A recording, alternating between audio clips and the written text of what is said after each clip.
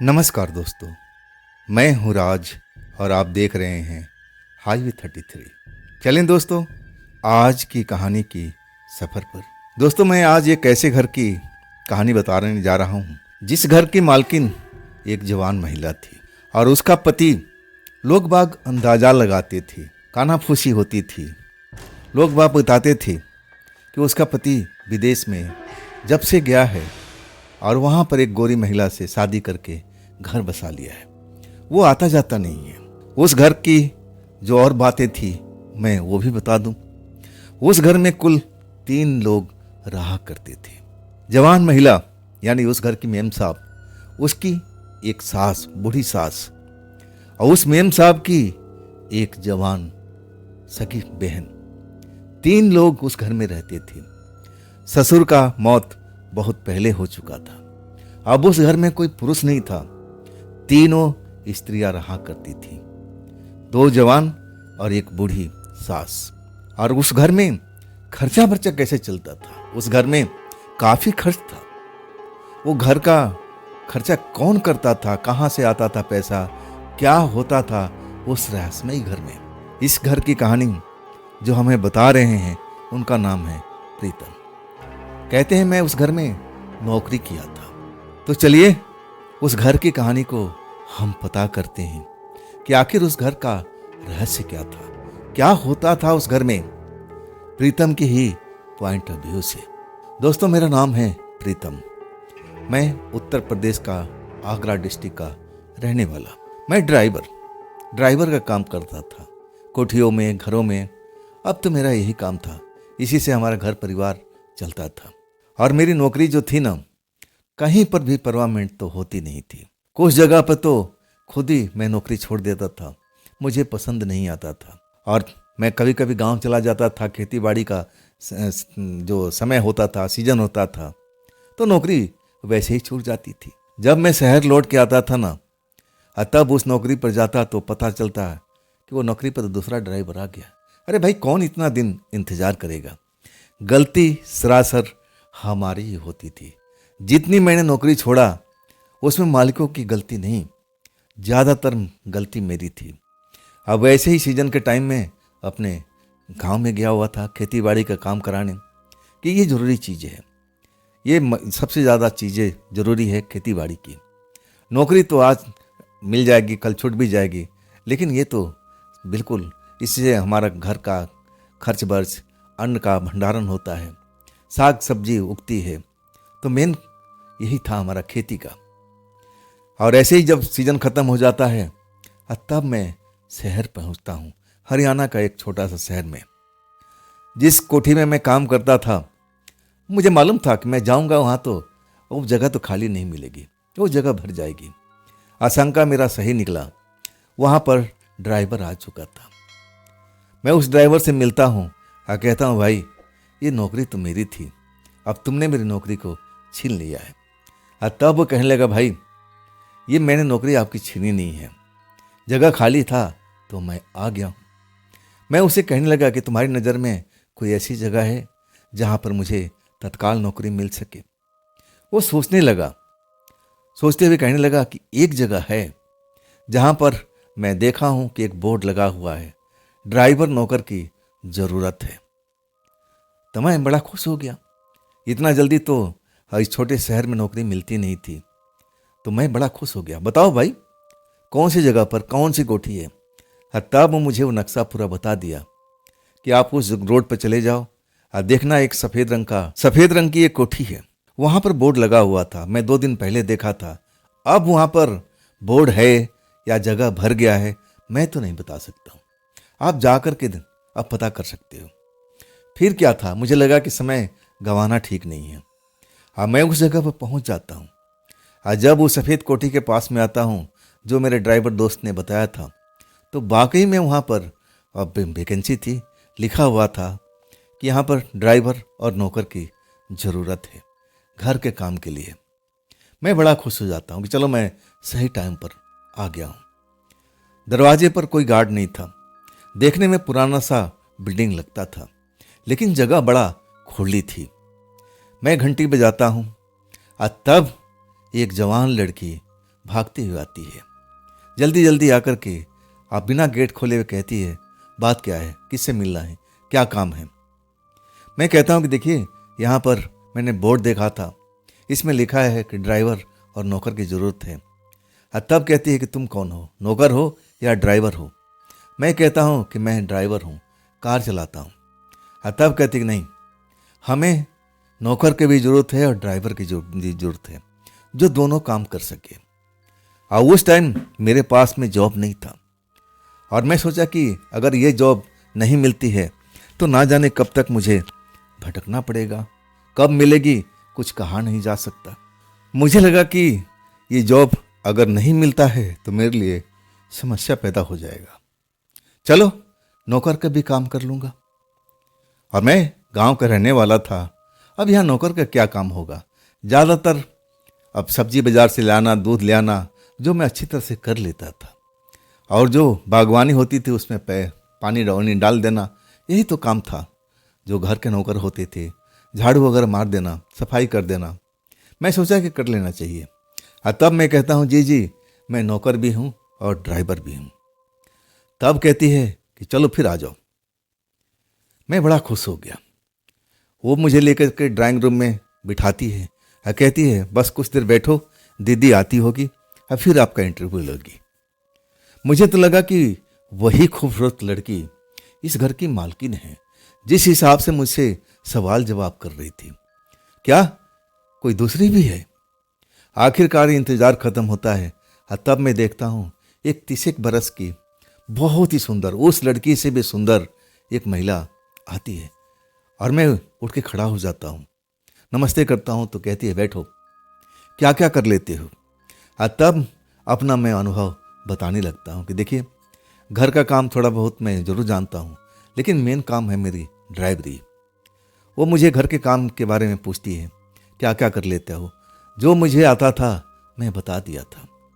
ड्राइवरी के बारे में पूछती है, कितना अनुभव है, तो मैं सब कुछ बता देता हूँ। तब वो कहती है कि कब से लगोगे, कब से काम स्टार्ट करोगे। मैं कहने लगा कि मैं तो आज से करने के तैयार हूँ, लेकिन मेरे पास में रहने के लिए कोई व्यवस्था नहीं है। मैं अब गांव देहात से आया हूँ और सीधा मैं पुराने मालिक के घर पर गया था, क्योंकि उनके घर में मेरी रिहाइश थी। मेरे लिए कमरा अलग से बना हुआ था, लेकिन जब जाता हूँ तो नौकरी पर कोई और ड्राइवर रख लिए थे। वो जो मेम साहब थी ना, कहने लगी कोई समस्या नहीं है, मेरे पास में भी जगह है, आप चाहो तो आराम से यहाँ रह सकते हो। और उसके बाद मुझे नौकरी अब हाथ में आ चुकी थी और वो मुझे बैठने नहीं दिया, बस पानी पिया था।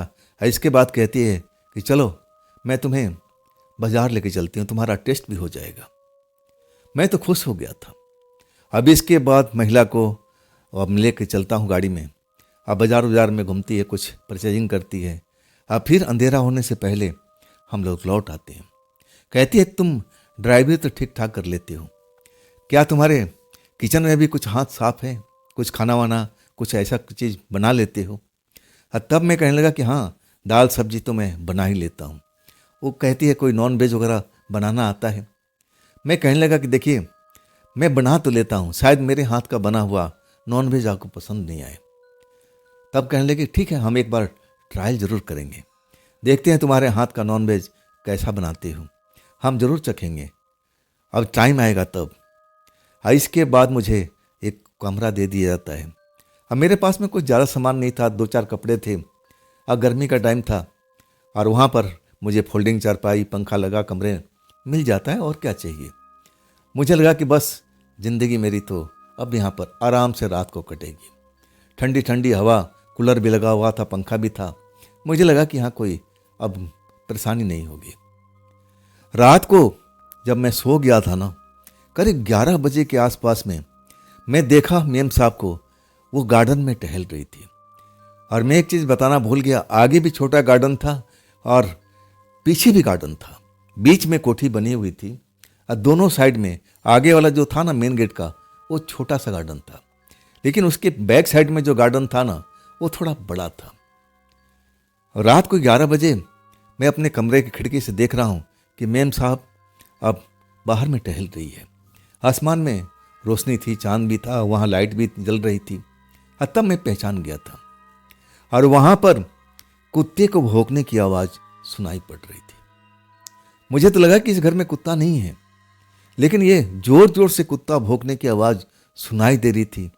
मालकिन के आसपास ही, लेकिन मैं जब देखता हूं आंखें फाड़ करके तो मुझे वहां पर कोई कुत्ता नजर ही नहीं आता।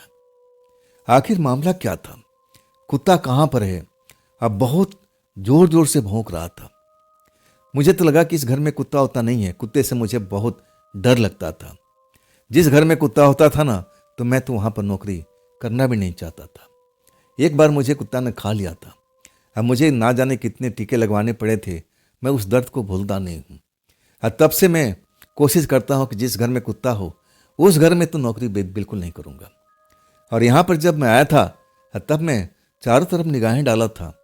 अगर कुत्ता होता तो बिल्कुल मालकिन के साथ में होता, उस लड़की के साथ में होता। मुझे तो नजर नहीं आया। मैं थोड़ा डर गया था और हैरान भी था कि कुत्ता तो भौंक रहा था, लेकिन आवाज क्यों नहीं आ रही थी। अब इसके बाद जो मालकिन थी, मेम साहब थी, कुछ देर इधर उधर टहलती रही और उन्हीं के आसपास में कुत्ता भौंकने की आवाज सुनाई दे रही थी। लेकिन मैं अच्छी तरह से देख लिया था कि वहां आसपास में मेम साहब के पास में कोई कुत्ता वगैरह नहीं था। मुझे लगा कि कल मैं सुबह में मेम साहब से पूछूंगा कि क्या इस घर में कोई कुत्ता भी है। आखिरकार जब नींद आ जाती है और कुत्ता भौंकना बंद कर देता है, मेम साहब भी अंदर चली जाती है और तब मैं सो जाता हूँ। सुबह जब आँख खुलती है तो उठता हूँ और जो मेम साहब ने बताया था वो काम तो मुझे सुबह सुबह ही करना था। बाजार जाना था, दूध वगैरह लाना था, हरी सब्जी लाना था और वो मैं काम सुबह कर देता हूँ।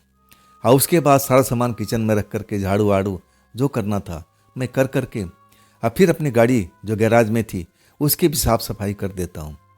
अब मुझे लगा कि आधा से अधिक काम तो मैं कर दिया हूँ। अब इसके बाद मैं जा कर के अपने कमरे में थोड़ा आराम करने लगा था। ना तो मालकिन उठी थी, ना उनकी बहन उठी थी, और सास को तो मैंने देखा भी नहीं था। मालकिन की जो सास थी ना, कौन से कमरे में थी, कहाँ रहती थी, अब मैं उनका शक्ल भी नहीं देखा था। अब इसके बाद मुझे नींद भी आ जाती है और तब मालकिन की बहन की आवाज़ सुनाई देती है जो मेरी खिड़की पर खड़ी हुई थी। मेरा नाम लेकर, प्रीतम प्रीतम, दीदी बुला रही है, दीदी बुला रही है, आप जल्दी से आ जाओ। मैं देखा टाइम तो वाकई 9 बज चुका था। मैं जल्दी जल्दी तैयार होता हूँ और उसके बाद भागता हूँ किचन की तरफ में। किचन में कोई भी नहीं था, ना उनकी बहन थी और ना मेम साहब थी।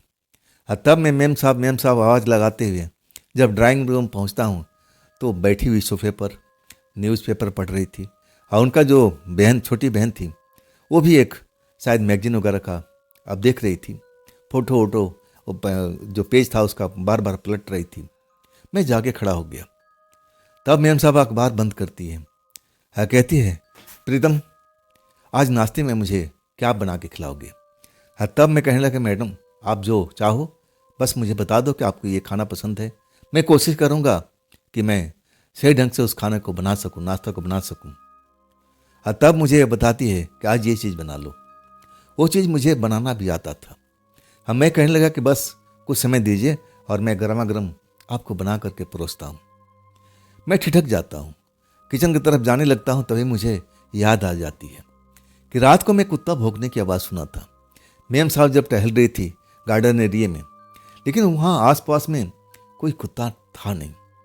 मैं जब रुक गया तब मेम साहब कहती, बात क्या है प्रीतम, क्या तुम मुझसे कुछ पूछना चाहती हो। तब मैं कहता हूँ, हाँ मैडम, मैं रात में आपको देखा था टहलते हुए और आपके आसपास में कोई कुत्ता भी जोर जोर से भौंक रहा था। इस घर में कुत्ता है क्या मैडम। तब मैडम खिलखिला के हंसती है और कहती है, कुत्ते से डरते हो क्या। मैं कहने लगा, हाँ मैडम, एक बार मुझे कुत्ता ने खा लिया था, उस दर्द को मैं आज भी नहीं भूलता हूँ। मुझे डर लगता है। अब मैं तो ऐसे घर से दूरी रहना पसंद करता हूँ जहाँ पर कोई कुत्ता पाला हुआ है। आप बता दीजिए, आप हंस क्यों रही है। तब कहती, नहीं, इस घर में कोई कुत्ता नहीं है। तुम्हें कोई दिखाई दिया। मैंने कहा, नहीं, लेकिन वो भौंकने की आवाज़ मुझे अच्छी तरह से सुनाई दी थी रात में जब आप टहल रही थी। कहने लगी, अरे बाहर में होगा, कहीं आजू बाजू में भौंक रहा होगा, हमारे पास में होता तो क्या तुम्हें कुत्ता नजर नहीं आता? मैं नजर आ रही थी तो कुत्ता भी नजर आना चाहिए। और जोर जोर से हंसने लगी।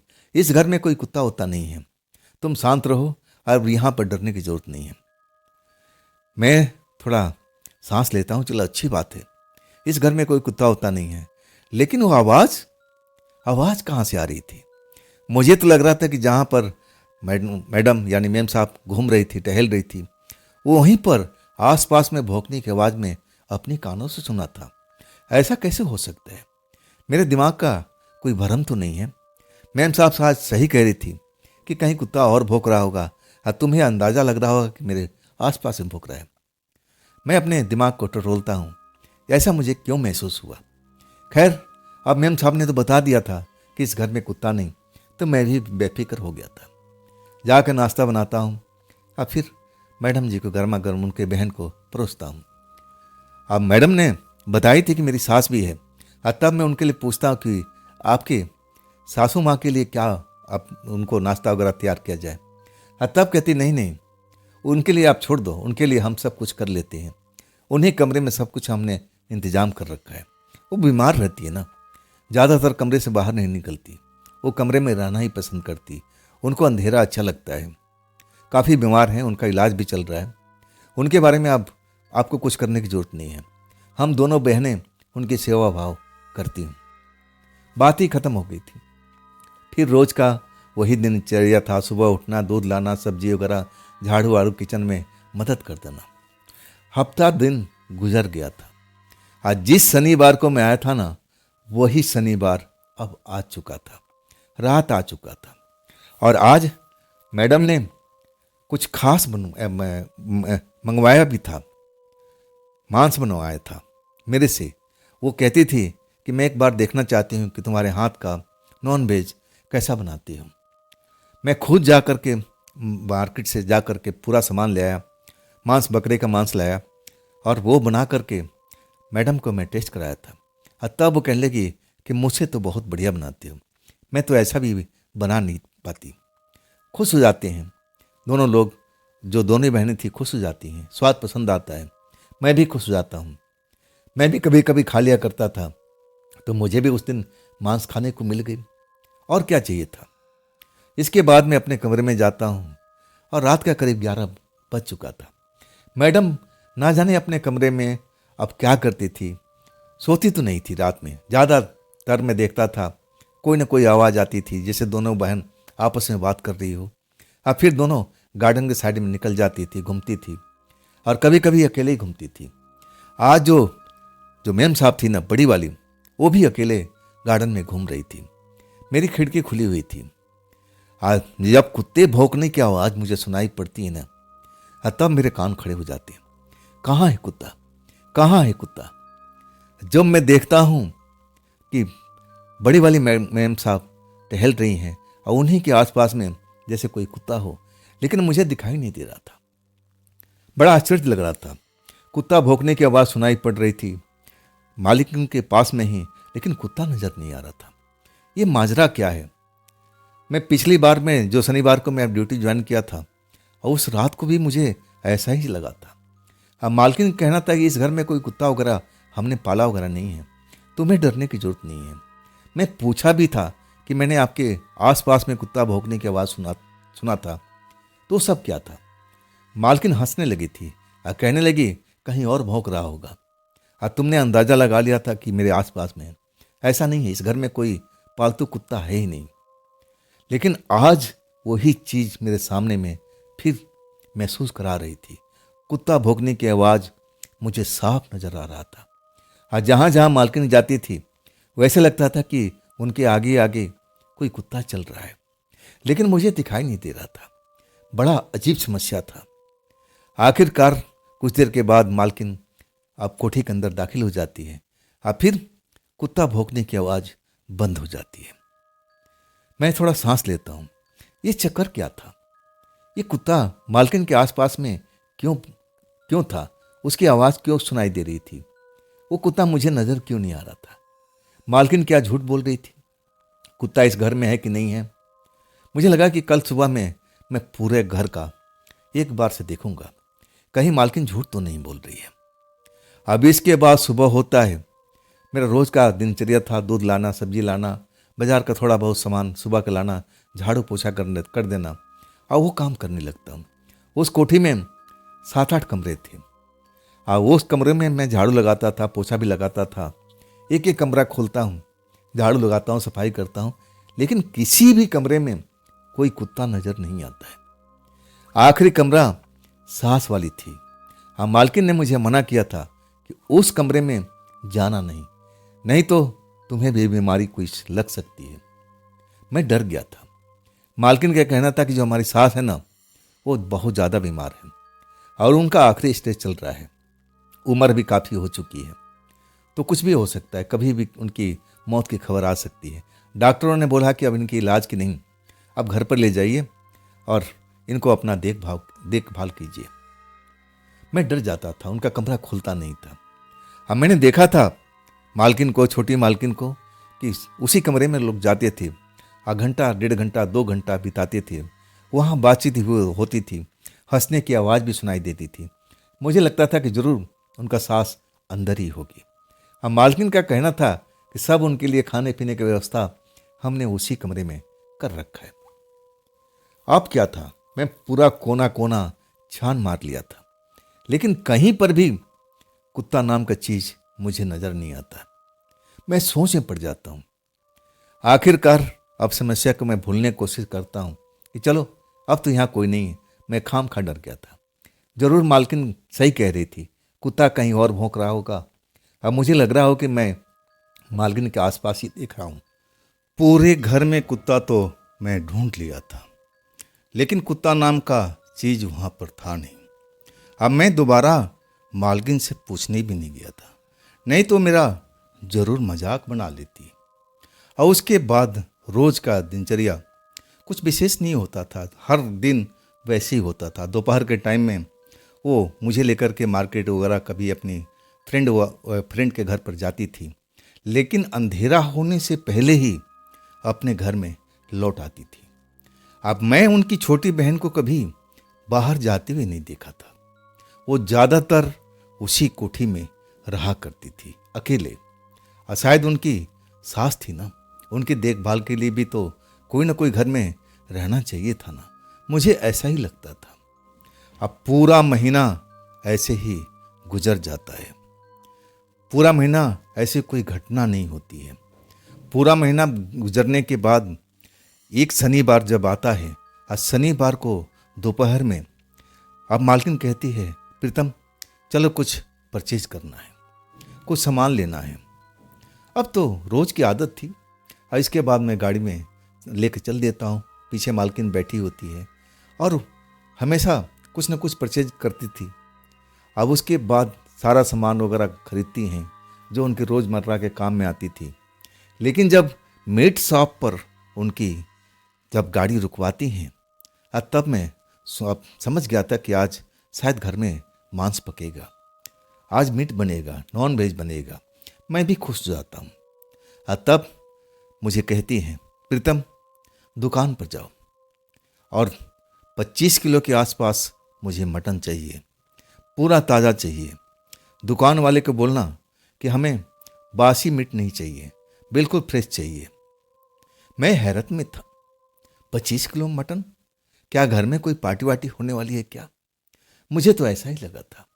अरे भाई, इतना मटन तो मैं बना ही नहीं पाऊंगा।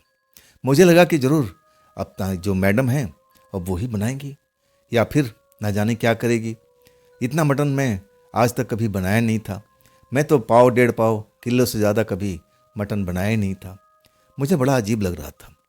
मैं पूछता हूँ कि मैडम 25 किलो मटन, क्या घर में कोई पार्टी वार्टी होने वाली है? तब मुझे घूर के देखती हैं। उससे क्या मतलब, अपना काम करो ना तुम। जाओ दुकानदार से बोलो 25 किलो साफ सुथरा मटन, अब बिल्कुल फ्रेश होना चाहिए। जाओ तुम जाओ। मैं अब कुछ बोल ही नहीं पाया।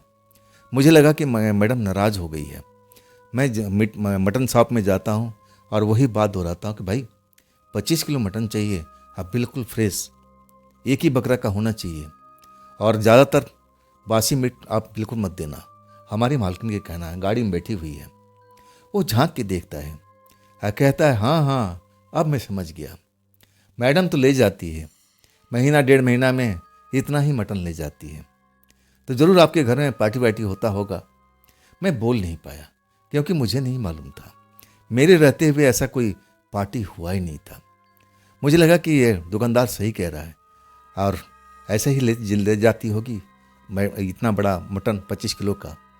मैं भी खुश हो गया था कि चलो शायद घर में आज पार्टी होगी, कुछ विशेष ही पकवान आज बनेंगे।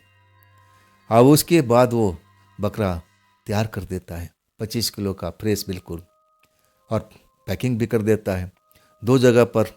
अब उसमें आधा आधा हिस्सा कर देता है। कहता है आप ले जाओ। मैं कहता हूँ कि कितना पैसा होगा, तब कहता है कि हमारा खाता चलता है, वो मैडम अपने आप मेरा पैसा पहुँचा देगी, आप पैसा का फिक्र मत करो। मुझे और क्या चाहिए था, मैं लेके आता हूँ, डिक्की खोलता हूँ और डाल देता हूँ अंदर डिक्की में, गाड़ी में बैठ जाता हूँ। फिर पूछता हूँ कि मालकिन कहीं और चलना है क्या? तब कहती नहीं, अब सीधा घर चलो, अब हमें कुछ नहीं लेना है, जो लेना है हम ले चुके हैं। अंधेरा होने वाला था और इसके बाद हम कोठी पहुँच जाते हैं। सारा सामान उतार करके किचन में रख आता हूँ और मालकिन अपने बेडरूम में चली जाती हैं। और इसके बाद मेरा कोई काम नहीं था, जब तक मुझे मालकिन ऑर्डर न दे कि ये काम करना है, अपने आप तो मैं कर नहीं सकता था। मैं अपने कमरे में आ जाता हूँ कि अगर मालकिन का ज़रूरत होगा तो मुझे आवाज़ दे देगी, उनकी छोटी बहन आ जाएगी, तब मैं आ जाऊँगा।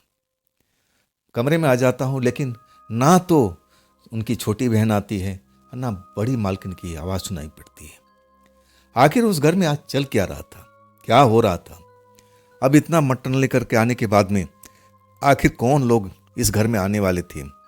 अब मुझे तो कुछ ऐसा अब कुछ लग भी नहीं रहा था कि कोई यहाँ पर पार्टी वार्टी होने वाली है।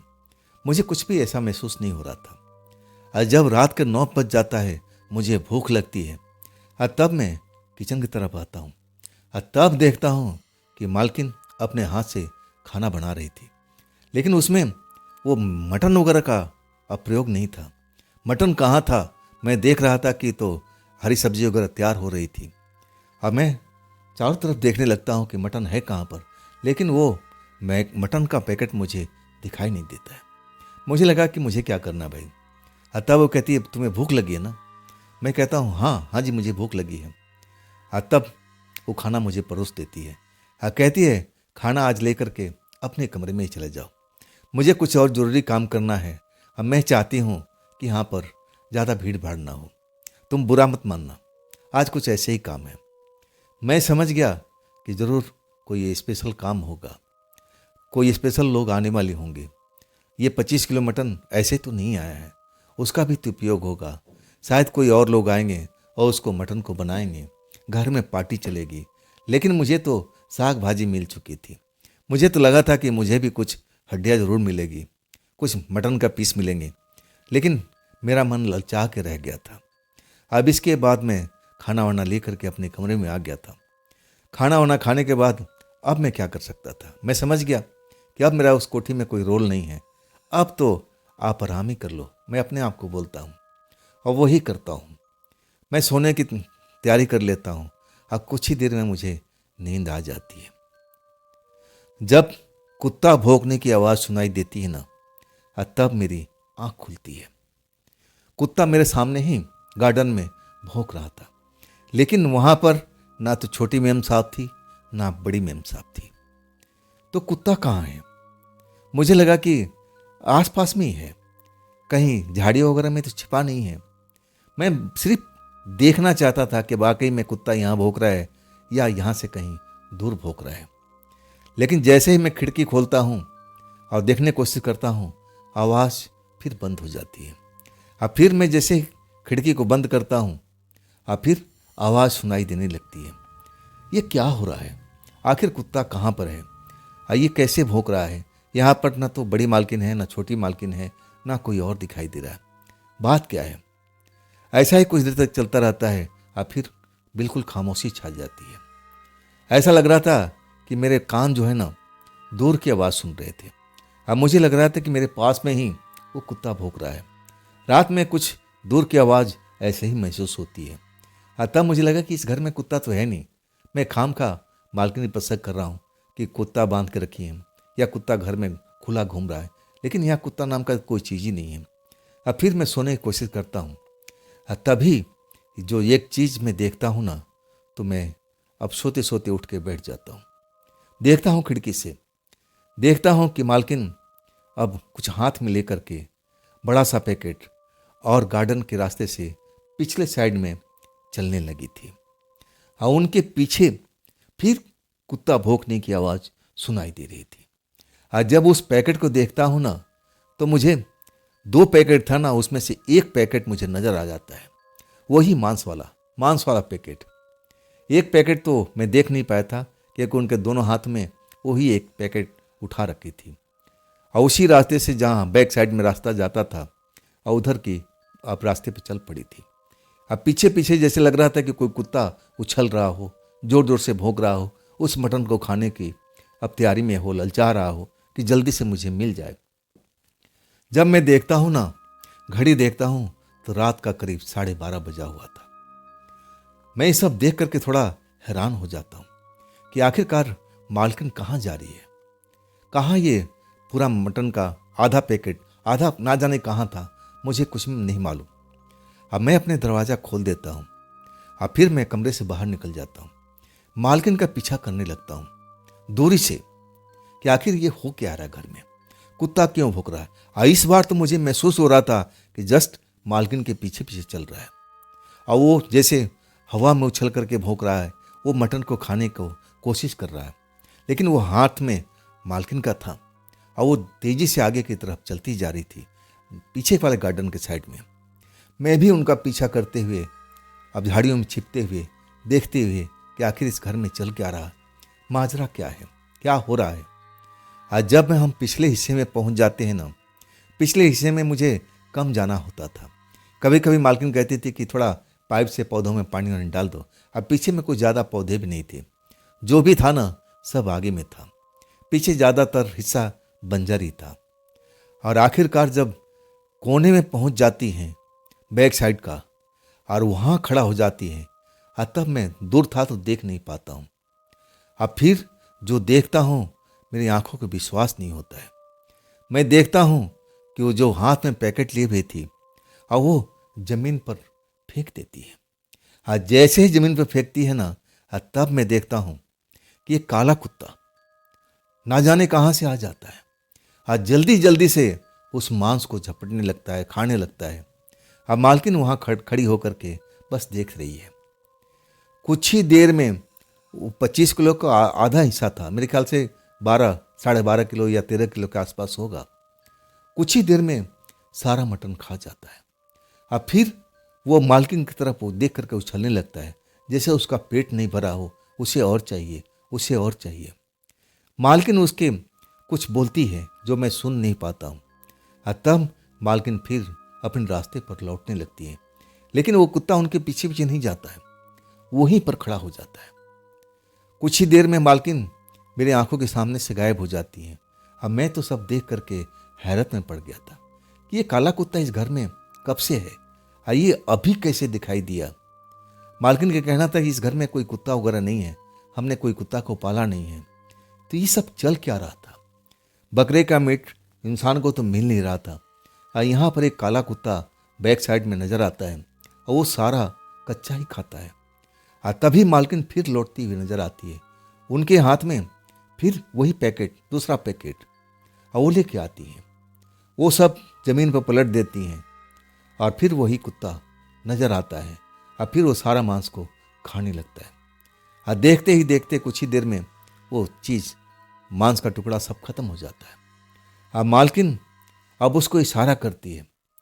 जब इशारा करती है ना, उंगली दिखाती हैं, तब वो काला कुत्ता वहाँ से जंप लगाता है, और ना जाने धरती में कहाँ समा जाता है। मैं तो देख करके हैरान हो जाता हूँ। और उसके बाद मालकिन वहाँ से अपने हाथ में कोई पैकेट पकड़ करके, जो उनके हाथ में नहीं था, वो कोई सफ़ेद चमकता हुआ पैकेट था, और उसको लेके चल पड़ती हैं। और उस पैकेट को खोल करके निहारते हुए उनके चेहरे पर मंद मंद मुस्कुराहट दिखाई दे रहा था। वो फिर अपने कमरे में, कोठी में दाखिल हो जाती है। मैं बिल्कुल डरा हुआ था कि आखिर ये काला कुत्ता था कौन। इतना मांस मालकिन ने खिला दिया। दोनों जो बोरी में रखा हुआ था, मतलब पैकेट में रखा हुआ था, सब उस काले कुत्ते को खिला दिया।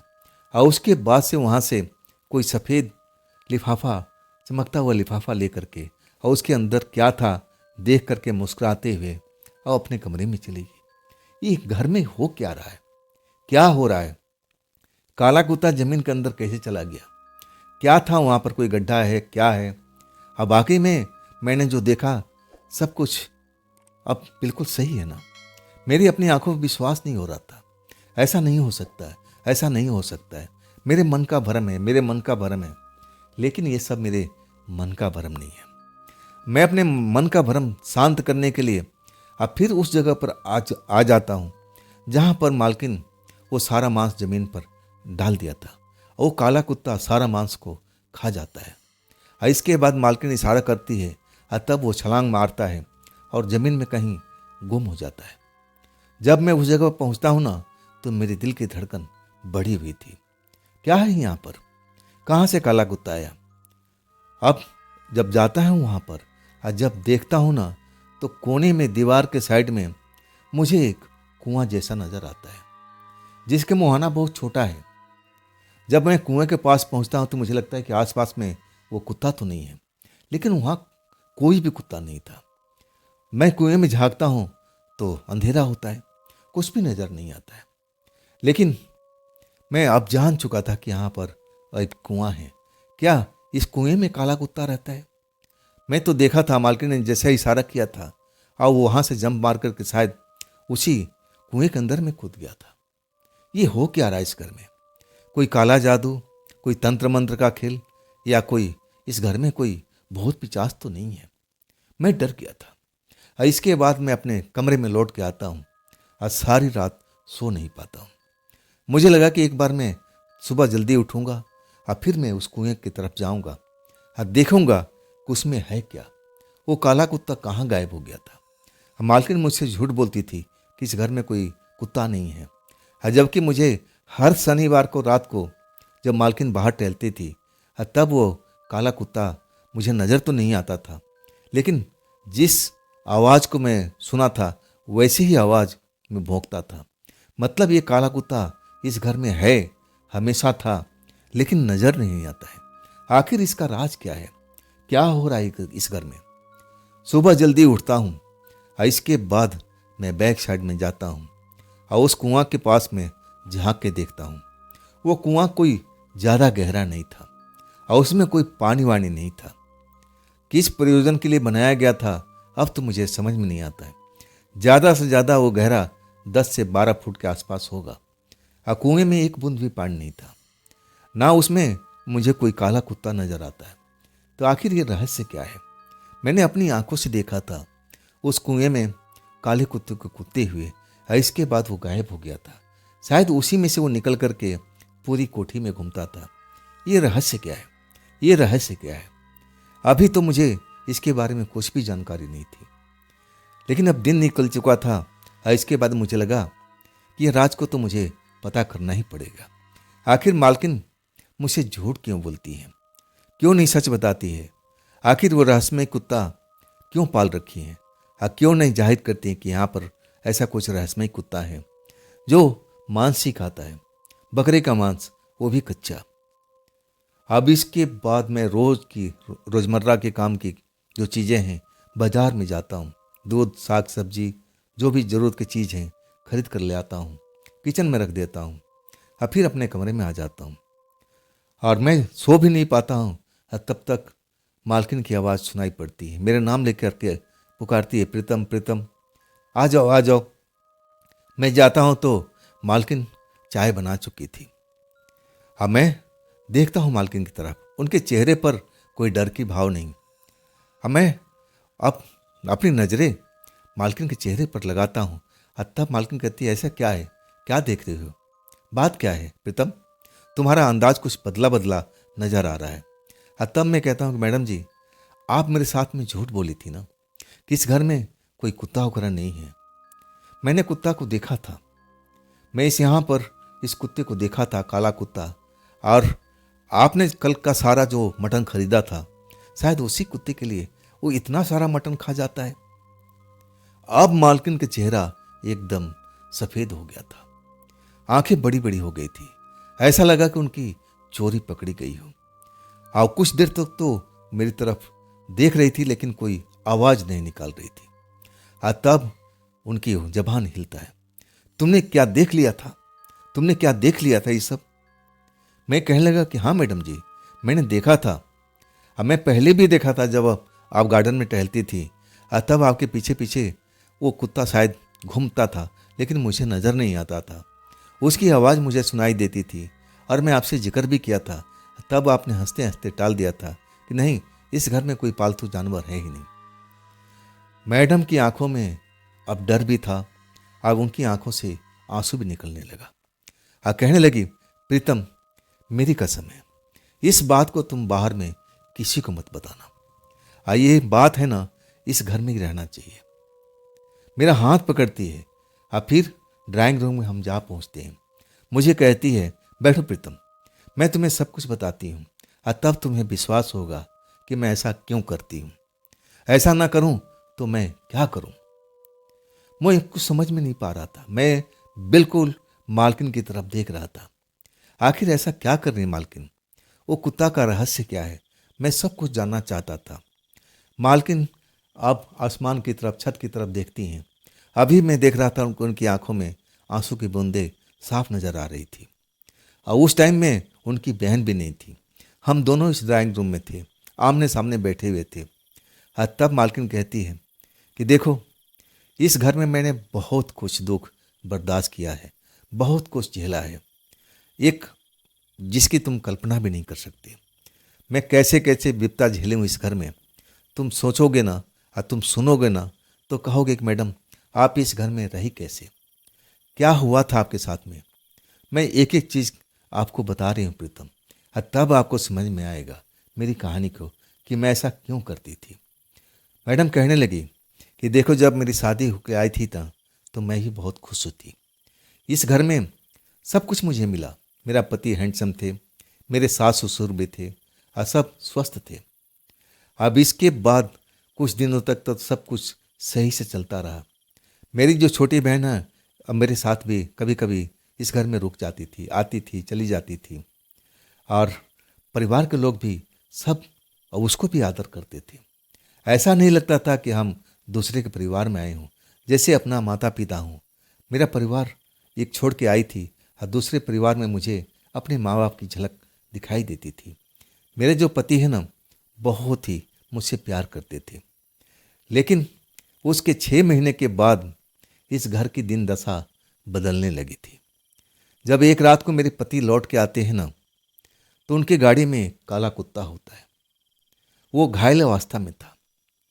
जब हम देखते हैं, मुझे भी काला कुत्ता देख कर थोड़ा अजीब सा लगा था। उसकी आंखें का रंग आम कुत्तों से अलग था और वो घायल था। मेरे पति की कहना था कि उन्हीं की कार से उसकी अब टक्कर हो गई है, लेकिन ज़्यादा चोट नहीं लगी है। लेकिन इसको हम कार में उठा के लाएं ताकि हम इसकी सेवा भाव कर सके।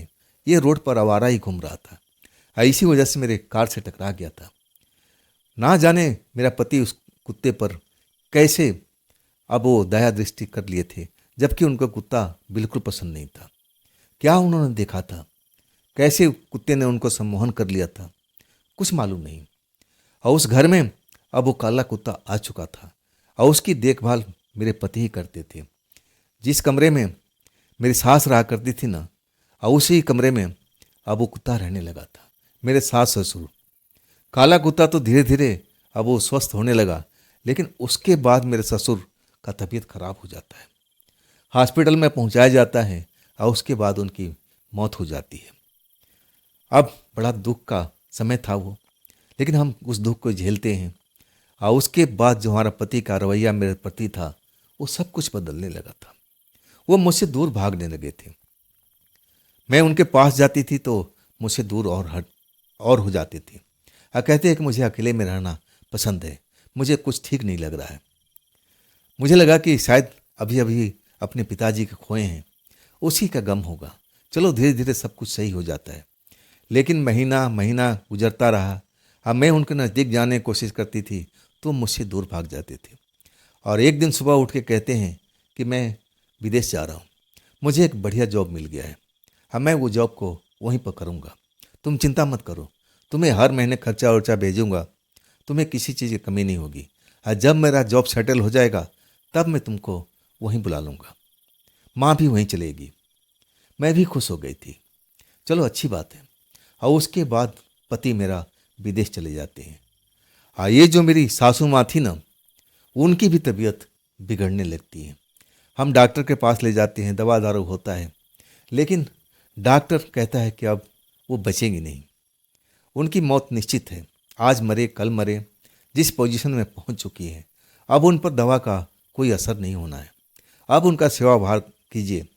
और उसके बाद हम लेके आ जाते हैं, उसमें मेरी बहन भी साथ देती है, हम दोनों मिलकर के अपने सास को सेवा करते हैं। लेकिन एक रात सास भी गुजर जाती है, उस दुख को हम बर्दाश्त नहीं कर पाते। अब सब मिलकर के अंतिम क्रिया होता है, सब कुछ हम विधि विधान के साथ में करते हैं। लेकिन जब क्रिया सब होने के बाद में पूरा एक महीना घर बिल्कुल शांत लगता है।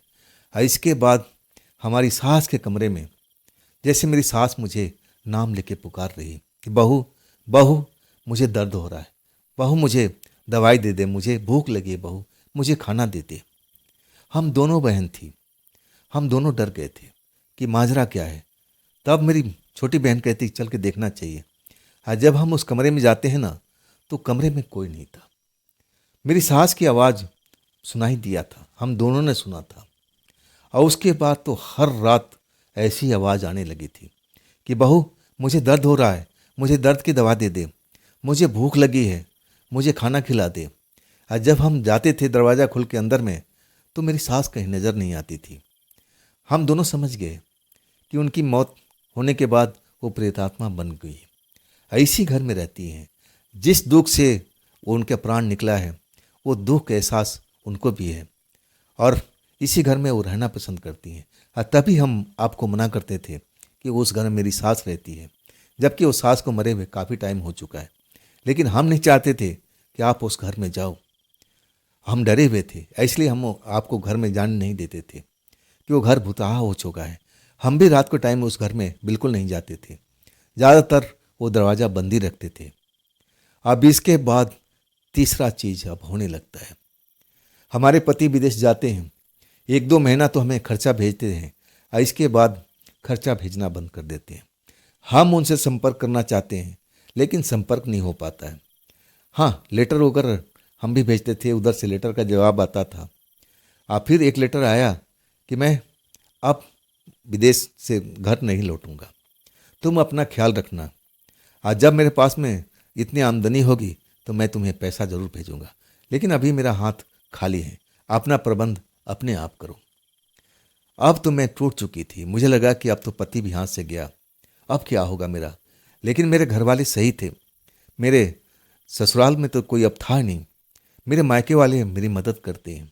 आज जैसे तैसे हम लोग की ज़िंदगी, हमारे मायके वाले तो कहते थे कि तुम चलो अपने घर पर, इस घर को छोड़ दो, इस घर में नहीं रहना, ये घर बिल्कुल अब भूतहा हो चुका है। लेकिन मैं अपने पति को घर छोड़ना नहीं चाहती। मुझे आज भी आशा है कि मेरा पति कभी न कभी इस घर में लौटेगा। हाँ, मैं यहीं पर रह कर के अपना पति का इंतज़ार कर रही हूँ कि कभी भी उनका दिमाग घूमेगा, मेरे बारे में सोचेंगे, तो वो अपने आप को रोक नहीं पाएंगे, वो ज़रूर लौटेंगे। लेकिन वो लौटते नहीं हैं। अब इसके बाद मेरा परिवार, मायके वाले ने जो भी मदद का किया, लेकिन एक सीमा होती है, वो भी हमसे नाराज़ हो जाते हैं कि जाओ तुम अब अपने आप देखो। हम तो कहते हैं कि हमारे घर में आ जाओ, उस कोठी को छोड़ो, उसमें क्या रखा है। लेकिन मैं मना कर देती कि नहीं, मुझे अपना पति का इंतज़ार है, मेरा पति कब लौटेगा मैं जानती हूँ, वो मेरे बगैर रह नहीं पाएंगे, उनको लौटना ही होगा। लेकिन लौटते नहीं हैं। आप पूछोगे उस कुत्ते के क्या हुआ। वो कुत्ता जो था ना, जब हमारे ससुर जिंदा थे और उसी टाइम रात में वो गायब हो चुका था। अब उसके बाद ही मेरे ससुर की तबीयत बिगड़ी थी, और फिर वो बच नहीं पाए थे। उस कुत्ता के हम लोग कोठी में हर तरफ ढूंढे थे, लेकिन वो कुत्ता कहीं पर भी नज़र नहीं आता है। मेरे पति भी बहुत ढूंढे थे, लेकिन वो नहीं मिलता है। अब सब कुछ होने के बाद में हम दोनों बहन अपने बेडरूम में सोई हुई थी और तभी उसी कुत्ता का भौंकने की आवाज़ सुनाई देता है। हम बड़ा खुश हो जाते हैं कि हमारा कुत्ता लौट आया जो हमारे पति ने रात को लेके आए थे। और फिर हम दरवाज़ा खोलते हैं तो वही काला कुत्ता नजर आता है। वैसे ही विचित्र उसकी आंखें थी। वो जैसे हमें देख रहा था, जैसे इशारा कर रहा हो कि मैं भूखा हूँ, मुझे खाना चाहिए, मुझे खाना चाहिए। लेकिन उस टाइम में हम उसका भोजन नहीं दे पाते। जो किचन में होता है उसको वो खाता नहीं है। और तब कुछ ऐसे चीज़ था, अंडा वगैरह था, जब हम उसको देते हैं तो वो अंडा को खा लेता है और फिर वो एक तरफ को भागते हुए चला जाता है। हम दोनों उसके पीछा करते हुए और जब हम बैक साइड में आते हैं और तब मैं देखती हूँ कि एक छोटा सा कुआं है जो मेरे पति ने शायद सिंचाई वगैरह के लिए बनवाया था, जो पीछे में गार्डनिंग होती थी और उसमें पानी इकट्ठा होता था। लेकिन अब तो सूख चुका था, उसमें कोई काम होता नहीं था। उसी में छलांग लगा देता है और उसके बाद जब बाहर निकलता है ना, तब अपने मुंह में एक सफ़ेद लिफाफा पकड़े हुए था। वो लिफाफा दे करके और फिर वो उसी कुएं में कूद जाता है। आज जब हम लोग देखते हैं तो उसमें नज़र ही नहीं आता है, कहाँ गायब हो गया। हम लोग दोनों के दोनों डर जाते हैं। आज जब लिफाफा खोल के देखते हैं तब हमारी आंखें चौंधिया जाती है। उसमें कुछ सोने का जेवर था, बिल्कुल खाली सोने का। मतलब हम समझ चुके थे वो जो कुत्ता था उसकी मौत हो चुकी है और वो प्रेतात्मा बन चुका है। हम लोग डरे हुए थे। हम दोनों सलाह करते हैं कि अब हमें क्या करना चाहिए। हाँ, तब मेरी बहन कहती है शायद ये जीवर हमें इसलिए दिया ताकि हम इसकी देखभाल कर सकें, इसको हम अच्छा खाना खिला सकें। देखो ना दीदी, इसमें जेवर इतना है कि हम तो चाहें बहुत कुछ कर सकते हैं, लेकिन इसको हमने कुछ ना कुछ देना होगा। तब से हमने नियम बना लिया था कि हम महीने में 15 दिन पर, हफ्ता दिन पर उसको भर पेट भोजन अब कराएंगे। और उसके बाद से हम लोग महीने में एक बार, 1.5 महीने में एक बार बकरा जरूर लाते थे, वो भी 25 किलो। और हर रात कुछ न कुछ उसको खाने के देते थे। शायद तुमने ज़रूर देखा होगा, लेकिन तुमने उनको देखा नहीं होगा, सिर्फ आवाज़ तुमने सुनी थी। तभी हम उसको कुछ न कुछ खाना खिला रहे होते। और उसी कुत्ते की वजह से अभी तक हमारी ये घर चल रहा है। वो कुत्ता हमारी मदद करता है, अब बदले में हम उसको भोजन खिलाते हैं। अब इसके बाद मैं समझ गया था ये घर बहुत ही रहस्यमयी है। इस घर में मुझे नौकरी नहीं करना है। और तब मैं हाथ जोड़ देता हूँ कि मेम साहब कोई और ड्राइवर रख लीजिएगा, कोई और नौकर रख लीजिएगा, मैं यहाँ पर रुक नहीं पाऊँगा। मैंने आपसे पहले ही कहा था कि जिस घर में कुत्ता होता है मैं वहाँ पर नौकरी नहीं करता हूँ। यहाँ तो कुत्ता भी है, वो भी एक प्रेत आत्मा है। ना बाबा ना, मैं रुक नहीं पाऊँगा, लेकिन ये बात मैं किसी को बिल्कुल नहीं बताऊँगा। आप मेरी तरफ से बेफिक्र रहिएगा।